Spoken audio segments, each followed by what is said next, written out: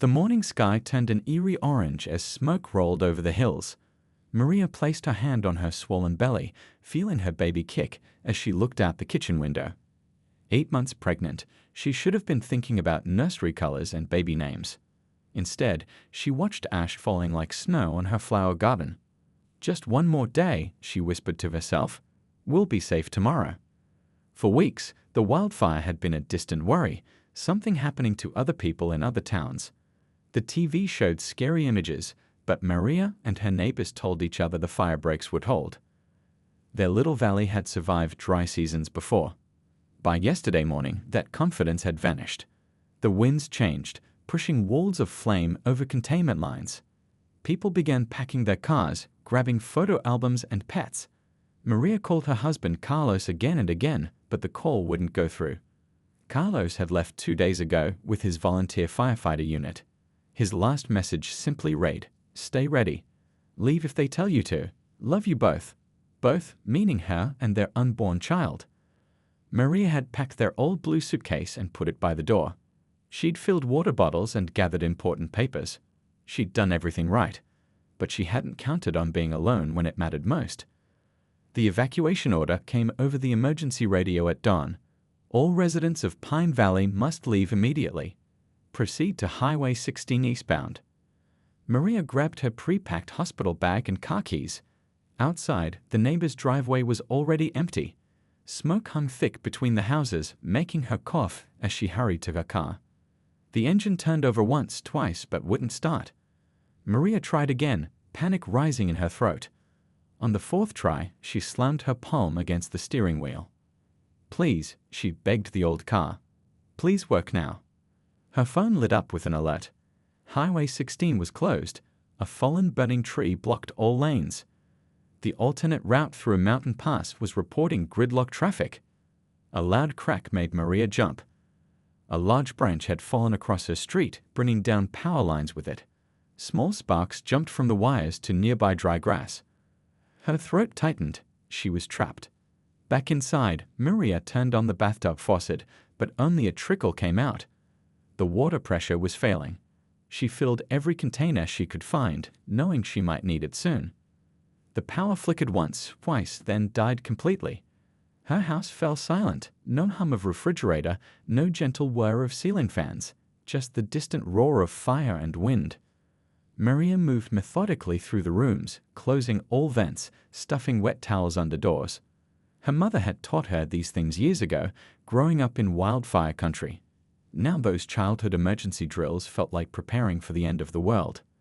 The baby kicked again, harder this time, as if protesting the smoke that seeped through window frames despite Maria's best efforts. "It's okay, little one," she said, rubbing her belly. "Your papa is the bravest firefighter there is. He'll find us." But as the day wore on, the smoke grew thicker. Maria's eyes stung, and each breath became a struggle. The temperature inside the house climbed despite the closed windows. She retreated to the bathroom, the smallest room with the fewest windows, and sat in the empty tub with a wet washcloth over her nose and mouth. That's when she felt it, a tightening across her stomach, different from the baby's movements. It passed quickly, but left her breathless. 20 minutes later, it happened again. No, she thought, not now, not here. The contractions were mild, possibly just practice ones. But Maria knew babies didn't always follow schedules, especially during times of stress. Outside, the world was burning. Inside, a new life was preparing to enter it, ready or not. As darkness fell, Maria could see the actual flames now, dancing along the ridgeline above her neighborhood. The fire had surrounded her little town on 3 sides, leaving only one road out, and that road was now blocked. Her only hope was that someone would come looking for those left behind. But with the fire spreading so fast, would anyone even know where to find her? Maria closed her eyes and counted her breaths, trying to stay calm for her baby's sake. 1 breath in, 1 breath out. A helicopter thumped somewhere in the distance, but the sound faded, moving away from her. She was on her own. Dawn broke with no real light, just a shift from black to dirty gray. Maria had dozed sitting up in her bathtub, a wet towel still clutched in her hand. Her back ached, and the baby seemed to be doing somersaults inside her. The radio crackled with a new message that made her heart leap. Helicopter evacuation for remaining Pine Valley residents. Assembly point, high school field at noon. Maria checked the kitchen clock.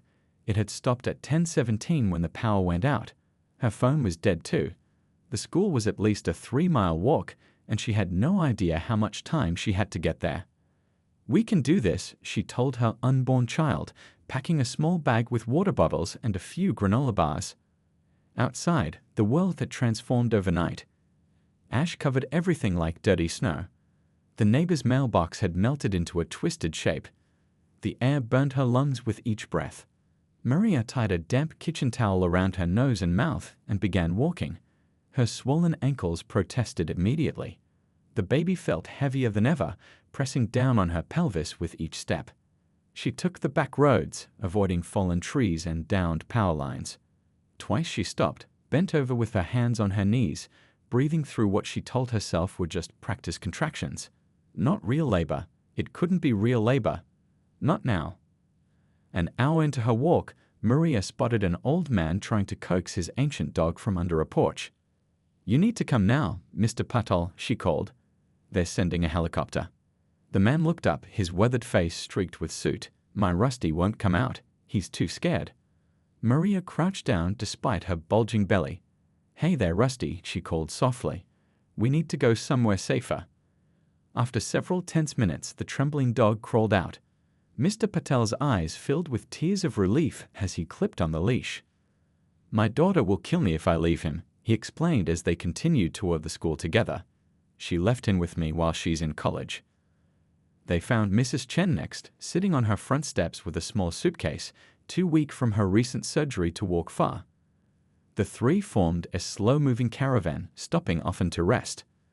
More people joined them along the way: the Lee brothers who ran the corner store, old Ms. Okafor who used a walker, and the Deyers family from the apartment complex, carrying their baby and helping their grandmother.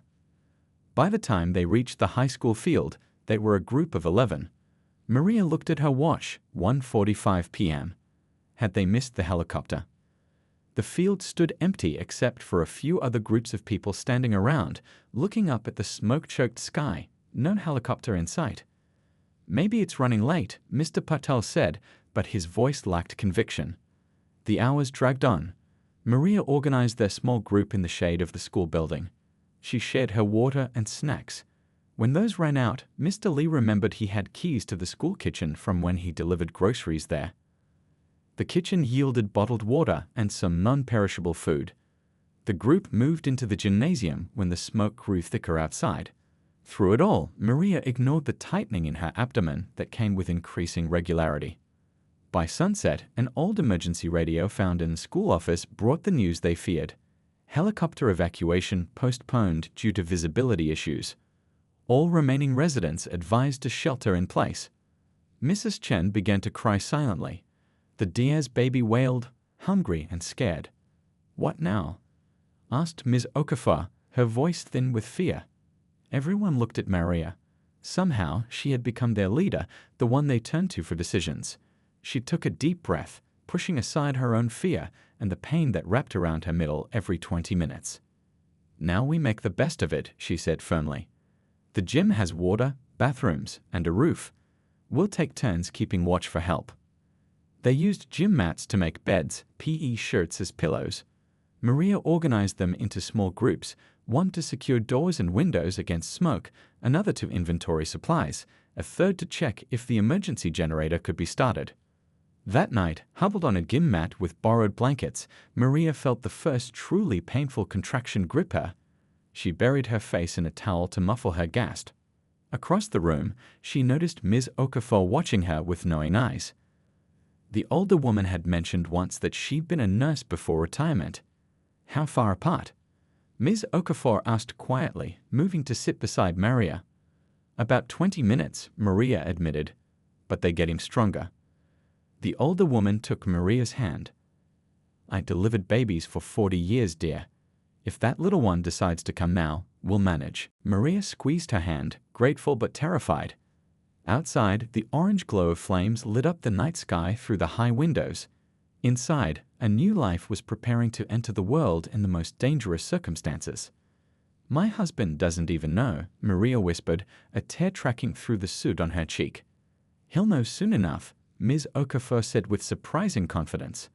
Babies have a way of announcing themselves to the world, fire or no fire. Morning came, but you couldn't really tell inside the gym. The high windows showed only swirling smoke and occasional flashes of orange. Maria sat on a folded gym mat, counting silently through another contraction.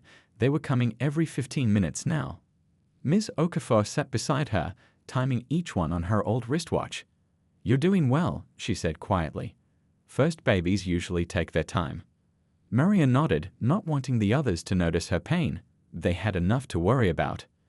Mr. Lee had found the school's emergency radio in the principal's office and was taking turns with his brother trying to reach someone, anyone, who might help.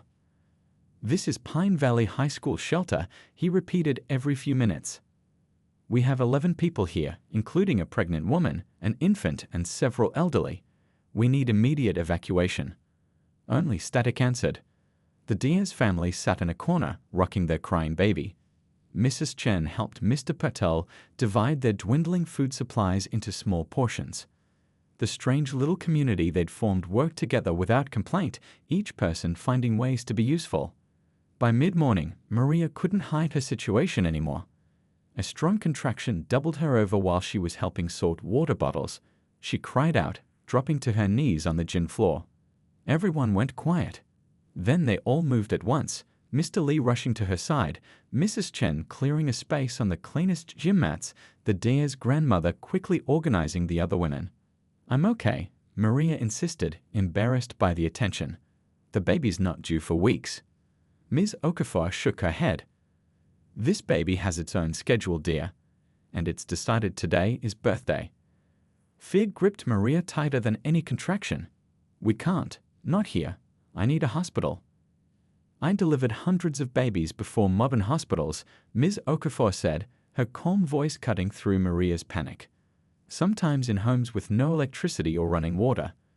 Women have been giving birth since the beginning of time. Mr. Lee's brother looked up from the radio. I reached someone. Emergency services says they can't get through the fire line, but they know we're here.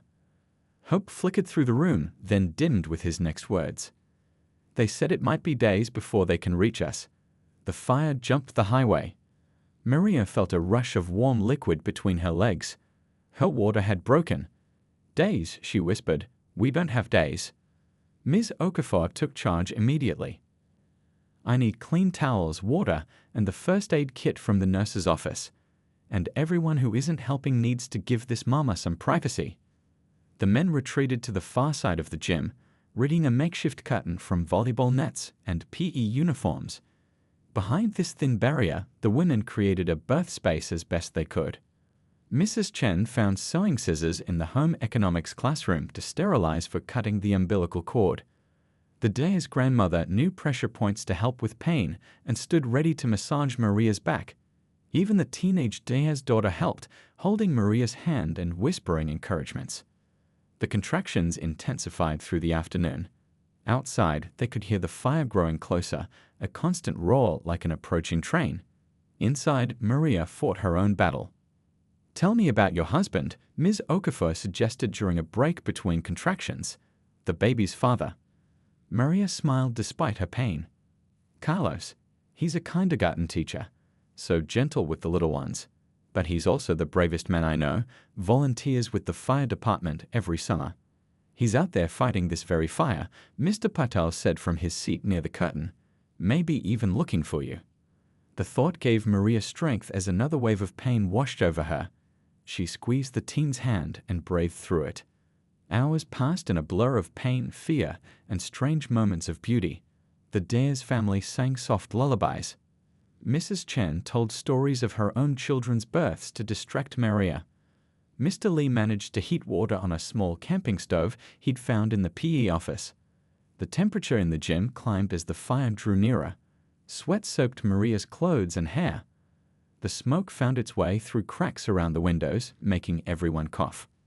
We might need to move, Mr. Lee's brother warned, returning from checking the hallways. The south wing has caught fire. Ms. Okafor checked Maria again. This baby is coming soon. We can't move her now. The group faced an impossible choice: stay in a building that might burn around them, or move a woman in advanced labor through fire-filled streets. Maria made the decision for them. "We stay," she gasped between contractions. Together. The men reinforced the gym doors with wet towels to keep smoke out. They filled every container with water in case the pipes failed. They prepared for the worst while hoping for the best. As night fell again, the fire lit the gym windows with an eerie glow. The electricity had long since failed, leaving them in near darkness except for a few flashlights with dying batteries. "I'm scared," Maria admitted as a powerful contraction gripped her. Ms. Okafor wiped her forehead with a damp cloth. "Fear is just your body's way of getting ready for something amazing." In the dim light, surrounded by strangers who had become like family in just 2 days, Maria prepared to bring new life into a world that seemed determined to end it. The school generator sputtered to life just after midnight, surprising everyone. Mr. Lee had been tinkering with it for hours, refusing to give up. A single emergency light cast long shadows across the gym. "You did it," his brother shouted, clapping him on the back. Their celebration was cut short by Maria's scream from behind the curtain. The contractions were coming every 2 minutes now, each one stronger than the last. "Breathe through it," Ms. Okafor coached, holding Maria's hand. "That's it, just like that." Maria collapsed back onto the gym mats when the pain eased. Her hair stuck to her forehead in wet strands. She felt like she'd been running a marathon for hours. "I can't," she whispered. "I can't do this anymore." The Dare's grandmother, who everyone called Abuela, wiped Maria's face with a cool cloth. "This is what they call transition," she said gently. "When you feel you cannot go on, that means you're close." Outside, the wind howled, driving flames closer to the school. Inside, Maria fought her own battle against fear and pain. Mr. Patel appeared at the edge of the curtain, his dog Rusty sitting obediently at his feet. "The radio is working again," he said. "They know we're here. They're trying to get to us, but..." He trailed off. "But what?" Ms. Okafor asked sharply. "The fire chief says the school is directly in the path of the fire now. They can't reach us before it hits." Mrs. Chen began to cry softly. The Diaz baby, sensing the tension, wailed from his mother's arms. Maria felt a new sensation, an overwhelming urge to push. Her body was taking over, no longer asking permission. "The baby's coming now," she gasped. Ms. Okafor checked quickly and nodded. "Yes, it's time to push with the next contraction." Mr. Lee appeared with more clean towels and the last of their bottled water. "What can we do?" he asked. "Pray," Ms. Okafor said simply, "and keep that generator running. We need the light." The men retreated again, forming a protective circle around the women's makeshift delivery room. Mr. Patel began a quiet prayer in his native language. Mr. Lee and his brother took turns monitoring the hallways for smoke. The Dyer's father held his baby son, rocking gently back and forth, eyes closed in his own silent prayer. Behind the curtain, Maria gathered her courage as another contraction built. The pain seemed impossible to bear, but she pushed anyway, crying out with the effort. "Good," Ms. Okafor encouraged. "I can see the head. Dark hair, just like yours." The roof above them creaked and groaned as hot winds battered the building. The temperature in the gym had become unbearable, sweat running down everyone's faces. "One more big push," Ms. Okafor instructed as the next contraction came. Maria bore down with all her remaining strength, feeling like her body was tearing apart, then suddenly release. A moment of stunning silence followed by the most beautiful sound she'd ever heard, her baby's first cry.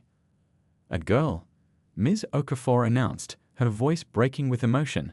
"A perfect little girl." The newborn's angry wail filled the gym, stronger than anyone expected. The men cheered from the other side of the curtain. Mrs. Chen wept tears of joy instead of fear. Ms. Okafor placed the tiny, slippery baby on Maria's chest. "Here's your daughter," she said softly. Maria stared in wonder at the little face. Perfect tiny nose, mouth open in an indignant cry, eyes squeezed shut against the harsh world. Despite everything, the fire, the fear, the pain, this moment felt like a miracle. "Hello," she whispered, touching the damp curls on her daughter's head. "I'm your mama." The baby quieted at the sound of her voice, blinking open dark eyes that seemed too aware for a newborn. Abuela helped clean the baby with their precious remaining water while Ms. Okafor attended to Maria. Mrs. Chen had found baby blankets in the school's lost and found box, washed and folded long ago by someone who never imagined their use in such circumstances. As the women worked, a tremendous crash shook the building. Part of the roof in the hallway had collapsed. Mr. Lee rushed to the curtain. "Fire's in the east wing," he reported, his voice tight with fear. "We don't have much time." Maria clutched her newborn tighter. After everything they'd been through to bring this child safely into the world, would they lose her now? The smoke grew thicker, seeping under doors and through air vents. Everyone covered their mouths and noses with damp cloths. The baby coughed, a tiny sound that broke Maria's heart. "We need to move," Mr. Lee's brother insisted. "Now." "Maria just gave birth," Ms. Okafor protested. "She can't walk." Mr. Lee disappeared, returning moments later with a desk chair on wheels from the principal's office. "We'll carry the baby. Mrs. Chen and Abuela will help Maria in this chair." There was no time to argue. The men fashioned a stretcher from gym mats for those who couldn't walk fast enough. Mr. Patel's dog Rusty seemed to understand the danger, staying close to his owner without needing a leash. As they prepared to leave, Maria looked down at her tiny daughter, just 30 minutes old and already facing her first evacuation. "What will you name her?" the teenage Dare's daughter asked, helping Maria sit up. Maria thought of the fire surrounding them, of the incredible strength this baby had shown to be born in such circumstances. "Phoenix," she said. "Her name is Phoenix." The generator coughed and died, plunging them back into darkness save for the orange glow of fire through the windows. In the sudden quiet, they could hear the flames crackling in the hallway outside the gym. Their time had run out. Smoke poured through the crack under the gym door. Mr. Lee pressed his hand against it, then pulled back with a hiss. "Too hot," he warned. "We can't go that way." The group huddled together, looking to Maria and her newborn as if the tiny baby might somehow guide them to safety. Phoenix lay quiet in her mother's arms, eyes closed, her tiny chest rising and falling with each breath. "The locker rooms," the teenage Diaz daughter suggested suddenly. "They have doors that lead outside to the playing fields." Hope flickered across tired faces. Mr. Lee's brother went to check, returning minutes later with a thumbs up. "It's clear for now." Moving Maria proved difficult. She was weak from giving birth, barely able to stand. They settled her in the desk chair, baby Phoenix bundled against her chest. Mrs. Chen and Abuela supported her on either side. "Stay low," Mr. Lee instructed everyone as they entered the smoke-filled locker room. "Cover your faces." The Dare's father carried his own baby, while his wife helped Mr. Patel, who was struggling to breathe in the thickening smoke. The dog Rusty trotted alongside, whining softly but staying close. When they reached the outer door, Mr. Lee pushed it open just a crack. The night outside glowed orange, trees burning like giant torches across the playing field. The heat hit them like a wall. "We can't go out there," Mrs. Chen whispered, her voice breaking. "We'll burn alive." Ms. Okafor peered through the gap. "Look," she said, pointing. "The storage shed by the track. It's concrete.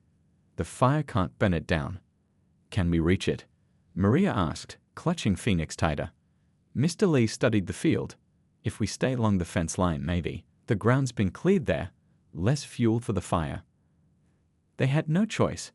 The school building groaned behind them, parts of the roof beginning to cave in. It was only a matter of minutes before the gym would be fully engulfed. "Wet your clothes," Ms. Okafor instructed, turning on the shower taps. Miraculously, water still flowed. Everyone soaked towels, shirts, whatever they could find. Maria couldn't stand, so they draped wet towels over her and the baby. Phoenix whimpered at the dampness but didn't fully cry, a small blessing. "Ready?" Mr. Lee asked, looking at each person in turn. No one was ready, not really, but they all nodded anyway. They moved as a tight group into the inferno outside. The heat stole their breath instantly. Burning embers floated through the air, landing on wet clothes with small hisses. Mr. Lee led the way, carrying a fire extinguisher from the locker room. His brother brought up the rear, helping Mrs. Chen, who struggled to keep up. Between them moved the strange parade, Maria in her chair, pushed by the dyer's father, Ms. Okafor guiding them toward the shed, Abuela carrying the Diaz baby to give his parents a break, Mr. Patel and his faithful dog. The distance to the storage shed seemed to stretch with every step. What looked like 100 yards felt like miles. Halfway there, a burning branch crashed down just feet away, sending up a shower of sparks. The teenage girl screamed, beating out embers that landed on her shirt. Maria felt herself slipping into shock, the world taking on a dreamlike quality. The pain after giving birth, the smoke in her lungs, the fear, it was all too much. Only the warm weight of Phoenix against her chest kept her conscious. "Stay with us," Ms. Okafor urged, noticing Maria's drooping head. "Your baby needs you." Those words cut through the fog. Maria straightened as much as she could, focusing on each breath. In, out, just keep breathing. When they finally reached the concrete storage shed, Mr. Lee broke the padlock with a rock. Inside were track equipment, hurdles, and high jump mats, and most importantly, solid walls that wouldn't burn. They crowded in, closing the door against the hellscape outside. There were no windows, leaving them in near-total darkness except for Mr. Lee's dying flashlight. But the air was clearer and the heat less intense. The dyer's mother began to laugh, a slightly hysterical sound. "We made it," she said between gasps. "We actually made it." For now, Mr. Lee's brother reminded them soberly, "But we're still surrounded by fire with no way out." Maria didn't participate in the discussion that followed. She was focused entirely on Phoenix, who had begun to fuss. The newborn's face scrunched up, her tiny fists waving. "She's hungry," Abuela said, coming to sit beside Maria on a gymnastics mat. "Do you know how to feed her?" Maria shook her head. She'd planned to take breastfeeding classes at the hospital, not learn on the fly in a storage shed during a wildfire.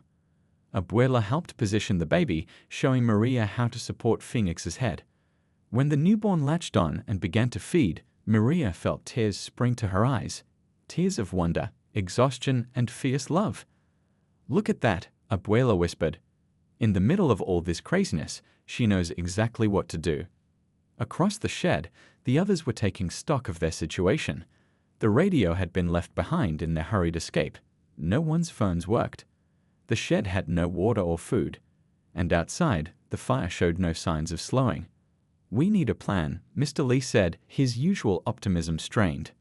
Ms. Okafor sat heavily on a stack of truck hurdles. For the first time, she looked defeated. "I think we've done all we can," she admitted. "Now we wait. Either for rescue or—" She didn't finish the sentence. She didn't need to. Throughout the night, they took turns keeping watch through cracks in the door. The fire swept around the storage shed, consuming everything flammable on the field. The heat was unbearable at times, the metal door too hot to touch. But the concrete walls held. Dawn broke with no real change in light, just smoke and haze where sky should be. Maria dozed fitfully, Phoenix sleeping peacefully on her chest. The miracle baby, born in fire, somehow thriving despite it all. Mr. Patel was the first to hear it, a distant thumping sound that grew steadily louder. "Helicopter," he said, ears perked up like his dog's. "I hear a helicopter." Everyone crowded around the door cracks, straining to hear. The thumping sound grew louder, then faded again. "No." Mr. Lee slammed his palm against the wall. "They're flying away." The brief spark of hope dimmed in the hot, smoky air of the storage shed. Baby Phoenix began to cry, a thin wail that seemed to express everyone's despair. Maria rocked her gently, though her own strength was fading. It had been hours since she'd given birth, and without proper medical care or even clean water, she felt herself growing weaker. Ms. Okafor noticed. "You're pale," she said quietly, touching Maria's forehead. "And warm. Too warm." "I'm fine," Maria insisted, but the words came out slurred. She wasn't fine. A fog seemed to be settling over her mind, making it hard to focus. "She needs a doctor," Ms. Okafor told the others. "Soon." Mr. Lee paced the small space, his usual cheerfulness replaced by desperate energy. "We can't stay here. The fire might have passed this spot, but the whole town is still burning." "And go where?" his brother asked, gesturing at the door. "Everything out there is ash." The dyer's father had been silent for hours, holding his baby son and staring at nothing. Now he looked up. "The river," he said suddenly. "My uncle works at the mill by the river. The buildings there are all stone. And there's water." A spark of hope returned. Mr. Lee's brother opened the door a crack wider. The immediate area around the storage shed had indeed burned through, leaving smoking debris but few active flames. "How far is the river?" Ms. Okafor asked, glancing worriedly at Maria. 2 miles, maybe a bit more, the Diana's father answered. 2 miles might as well have been 200 for Maria in her condition. Everyone knew it, but no one said it. "We'll make a better stretcher," Mr. Lee decided. "Something with poles so we can carry her properly." They dismantled aluminum hurdles from the track equipment, threading them through gym mats to create a foam portable bed. The teenage girl found a first aid kit tucked on a high shelf, yielding precious bandages and a bottle of pain relievers.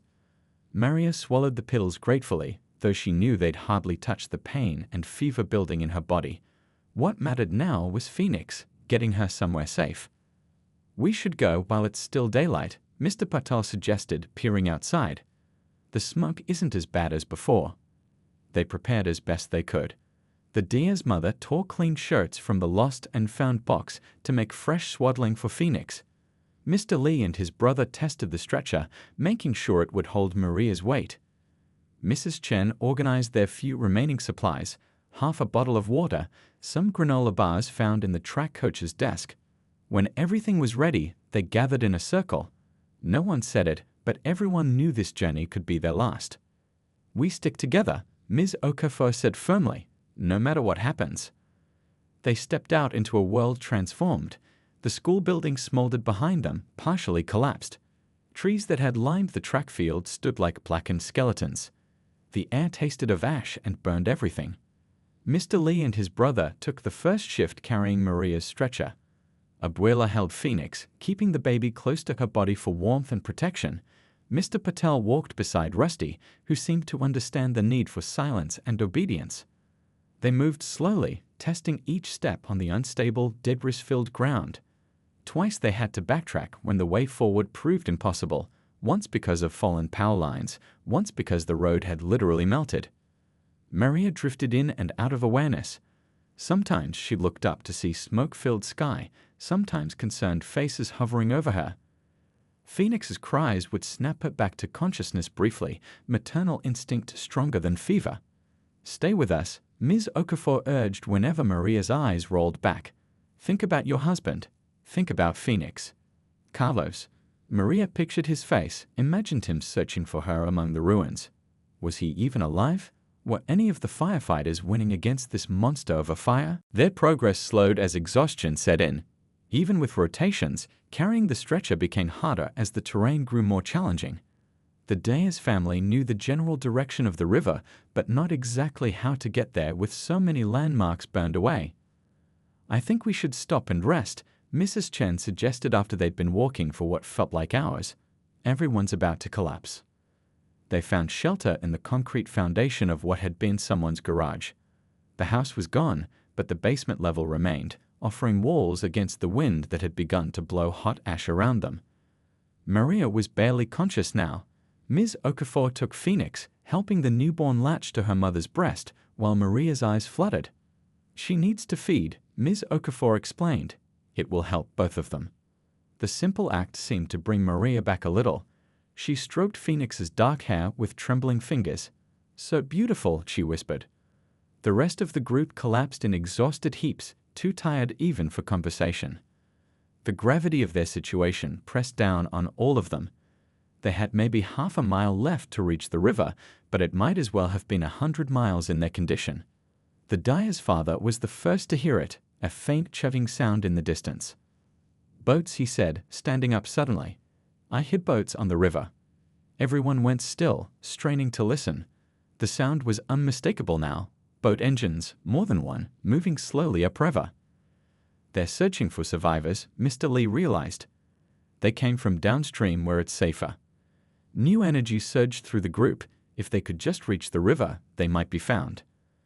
Mr. Lee's brother climbed out of the foundation to look around. "I see it," he shouted back down. "The river. It's closer than we thought. Maybe a quarter mile through those burned-out buildings."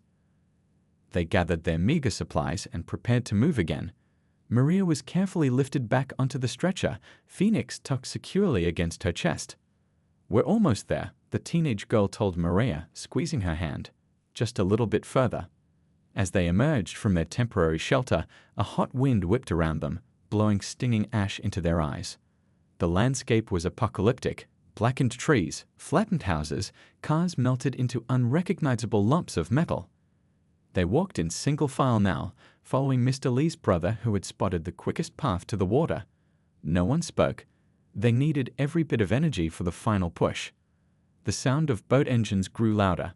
Someone in the distance was using a megaphone, the words indistinct but clearly human voices calling out.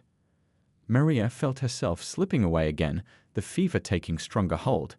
She used her last bit of strength to hold Phoenix close, willing the tiny girl to keep fighting.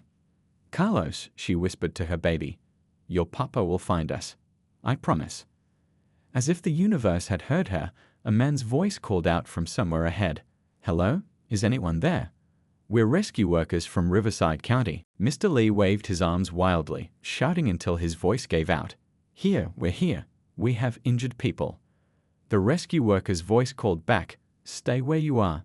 We're coming to you." Minutes later, 3 figures in yellow firefighting gear appeared through the smoke. They wore oxygen masks and carried emergency packs. When they spotted the ragged group, they broke into a run. "We've got survivors," one called into a radio. Multiple civilians, including. He stopped when he saw Maria on the stretcher with the tiny bundle against her chest. "Including a mother and newborn. We need medical evac immediately." The firefighters moved with practiced efficiency, checking each person quickly. One knelt beside Maria, gently examining her and Phoenix. "When did she deliver?" he asked Ms. Okafor. "About 20 hours ago, in the high school gym. She's running a fever." The firefighter spoke urgently into his radio. "Priority 1 medical situation. Woman with likely post-birth infection and newborn infant less than 1 day old." More rescue workers arrived, bringing water, emergency blankets, and oxygen. The cool water on her lips was the most wonderful thing Maria had ever tasted. "The boats are just beyond that rise," one firefighter explained, pointing. "Can everyone walk that far?" Mr. Patel nodded wearily. "We've come miles already. We can make it a little further." 4 firefighters carefully lifted Maria's stretcher. Another took Phoenix, wrapping the newborn in a special heat-reflective blanket. The baby squirmed but didn't cry, as if she knew they were finally safe. The Dyer's family helped Mrs. Chen, who was stumbling with exhaustion. Mr. Lee supported his brother, who had twisted his ankle during their journey. Mr. Patel's faithful dog Rusty trotted alongside, tail finally wagging again. As they crested the small hill, the river came into view. A ribbon of blue cutting through the blackened landscape. 3 rescue boats waited at a makeshift dock.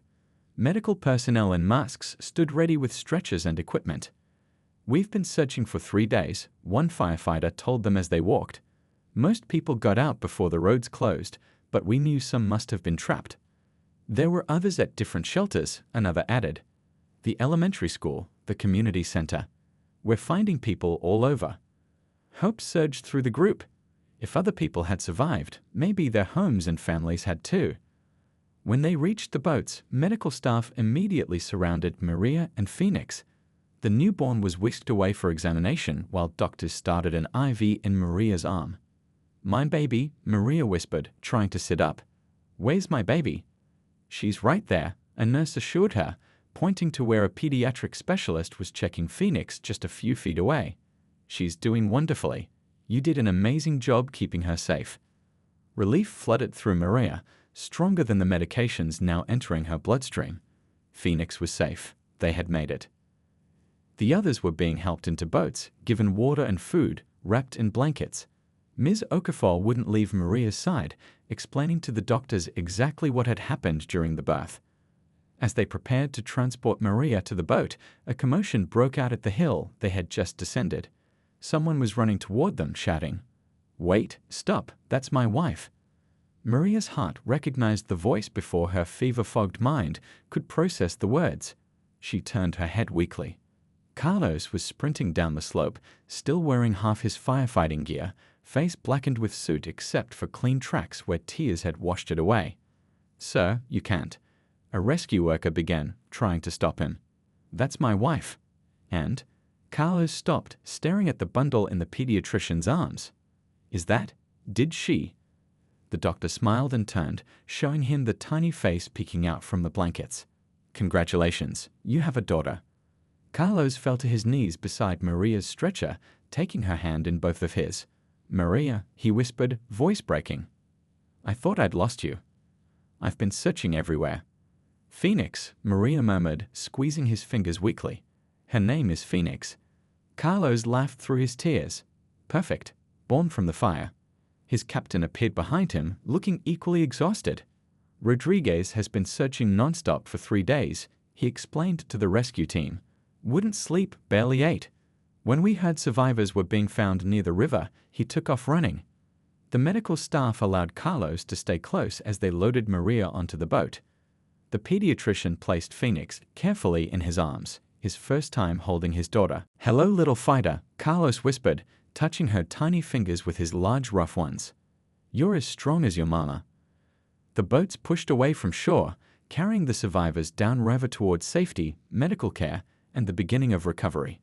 Maria closed her eyes, finally allowing exhaustion to claim her now that her family was together. On the boat behind them, the others watched the shoreline slip past, the remains of their town, their homes, their old lives. The devastation was complete in some areas, smoke still rising from smoldering rubble. "What will we do now?" the teenage Dare's daughter asked quietly. "Everything's gone." Mr. Patel, who had lost his home in a different disaster many years before, patted her shoulder. "We rebuild. That's what humans do. We help each other and we rebuild." "Like a phoenix," Mr. Lee added, looking at the tiny baby across the water in the other boat. "From the ashes." 3 days later, in a hospital 40 miles from the burn zone, the unlikely family gathered in Maria's room. They'd brought flowers, stuffed animals, and news from the evacuation center. The fire was finally contained. Relief funds were being organized. Temporary housing was available. Life would go on, even if it looked different than before. Phoenix slept peacefully in a proper hospital bassinet beside Maria's bed, monitored by machines, but perfectly healthy despite her dramatic entry into the world. Carlos had brought a small gift for everyone who had helped deliver and protect his daughter, simple wooden phoenix pendants he had carved during his vigil at Maria's bedside while she recovered from the infection. "Family isn't always blood," he told them, voice thick with emotion. "Sometimes it's the people who stand by you when the world is burning down. You're Phoenix's family now, all of you." As if recognizing her name, the newborn opened her eyes, looking around the room at the faces of those who had risked everything to bring her safely into the world. Outside the window, green shoots were already appearing in the blackened hills, the first signs of renewal after devastation, life beginning again, unstoppable and persistent. Just like Phoenix, just like all of them.